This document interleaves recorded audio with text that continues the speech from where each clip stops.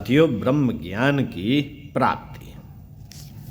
पुस्तक ब्रह्म ज्ञान का प्रकाश गायत्री मंत्र के तत् अक्षर की व्याख्या लेखक पंडित श्री राम शर्मा आचार्य। आइए सुनते हैं। मित्रों, भिन्न भिन्न उपायों द्वारा लोगों ने इसकी खोज की और उनका कहना है कि सत्य के प्राप्ति के लिए मार्ग अनेक हैं,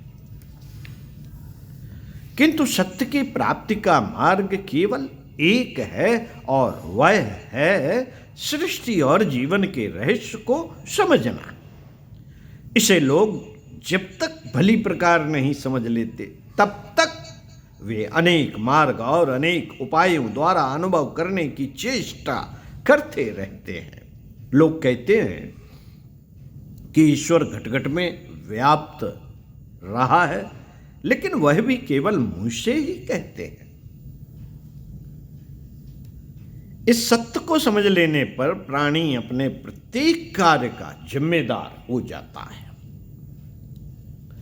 वह अपनी अंतरात्मा की ध्वनि को सुनता है और उसके अनुसार आचरण करता है, अर्थात वह प्रत्येक कार्य में अपने हृदय और मन को एक करके कार्य करने की चेष्टा करता है।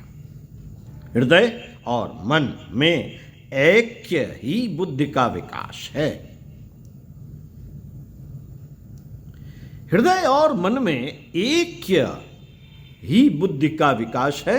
अंतःकरण में ईश्वर सत्य और जीवन की अनुभूत हो जाने पर प्राणी अपने समस्त कार्यों के प्रति सावधान हो जाता है। उसका यह पथ जीवन की वास्तविकता को सामने रखता है। इससे जीवन स्वाभाविक और सरल बनता है। फिर उसके अंदर ईश्वर प्राप्ति और सत्य को जानने की भी कोई इच्छा नहीं रह जाती। प्रत्युत उसका जीवन ही सत्य हो जाता है। उसका प्रत्येक आचरण, व्यवहार और कार्य इस प्रकार का होता है कि उससे कोई कर्म बंधन स्थापित नहीं होता।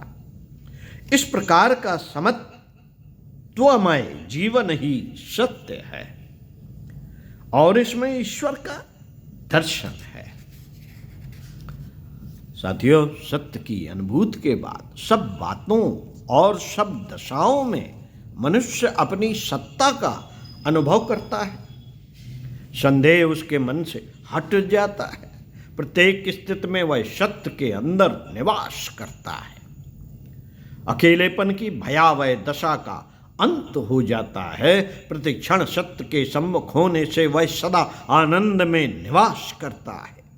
सत्य विहीन की दशा जल से बिछड़ी हुई मछली की सी होती है। कुछ क्षण तक जीवित तो रहते हैं, लेकिन उनके जीवन में आनंद, उत्साह और सार नहीं रहता।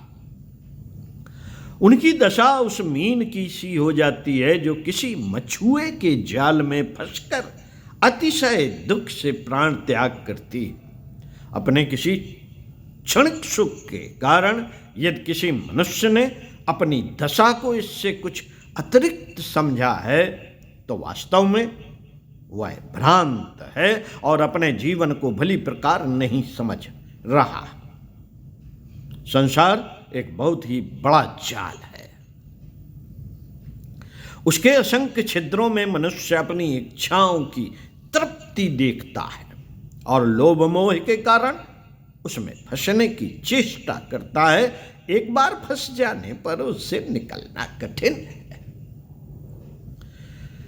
है। अतः मनुष्य को श्वास प्रश्वास में सचेत रहना चाहिए। इसके अतिरिक्त कोई दूसरा उपाय नहीं। सांस आ रही है, सांस जा रही है, इसी तरफ ध्यान लगाए रहना चाहिए। साथियों, पूर्ण सचेत हो जाने पर कर्तापन का भाव भी जाता रहता है और उसे कोई वस्तु अपने में फंसा नहीं पाती।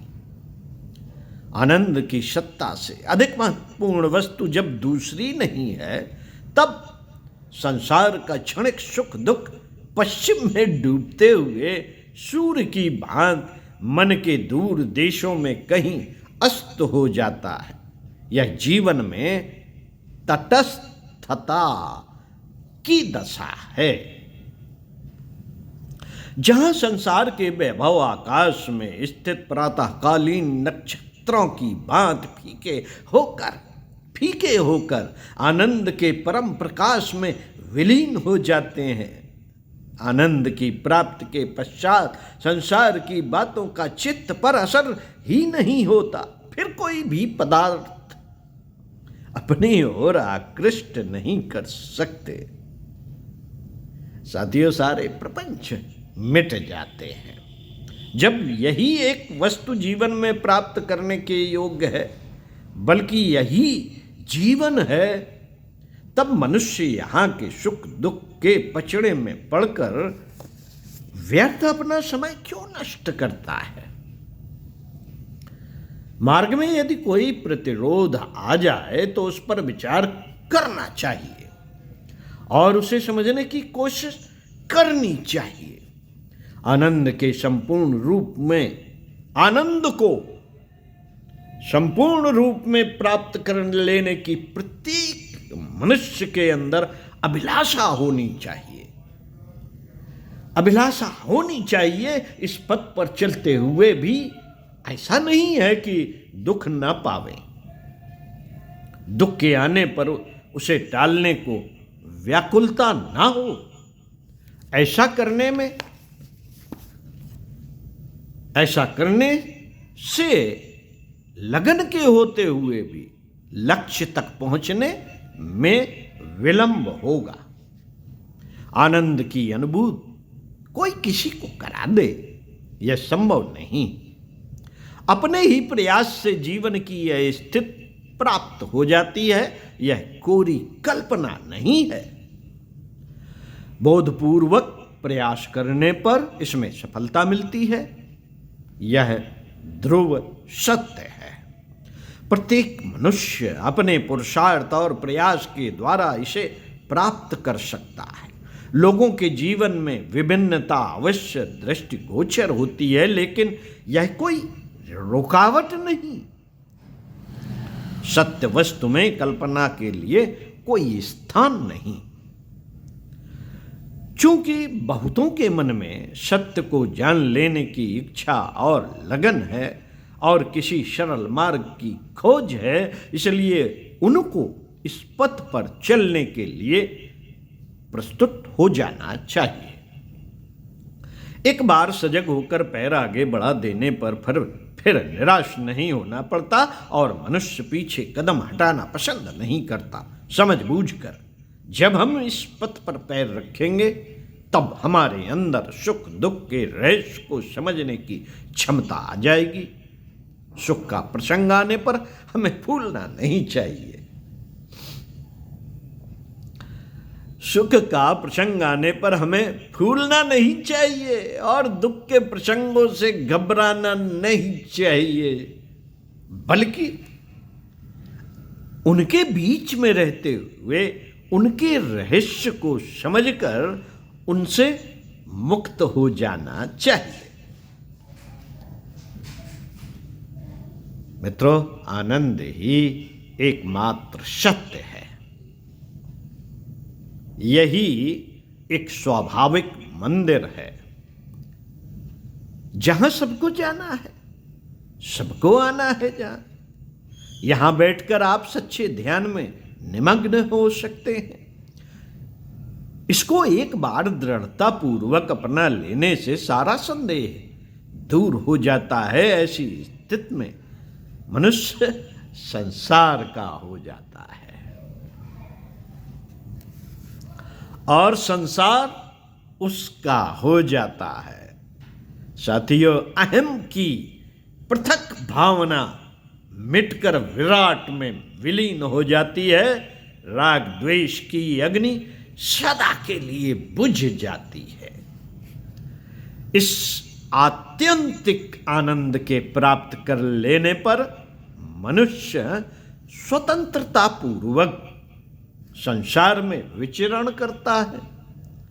जो मनुष्य पूर्ण स्वतंत्र है और आनंद में स्थित है, वे संसार के सामने कुछ सही बात रख सकते हैं। आनंद में प्रतिष्ठित हो जाने पर पुरुष प्राणी मात्र का मित्र हो जाता है और प्रेम ही उसका मुख्य आचरण रहता है। प्रेम के अतिरिक्त उसके पास और कोई वस्तु नहीं रहती। इस स्थिति को प्राप्त कर लेने पर एक को अनेक में देखने की क्षमता स्वाभाविक ही रहती है। यही मोक्ष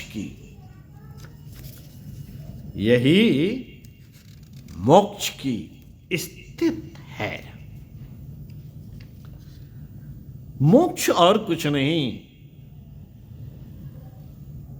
अज्ञानता को मिटाना ही है। साथियों, इसी क्रम में आपको अगले वीडियो में ब्रह्म ज्ञान का मार्ग कठिन नहीं है, इस संदर्भ में पंडित श्री राम शर्मा आचार्य जी के लेखों को इसी पुस्तक से पढ़कर सुनाएंगे।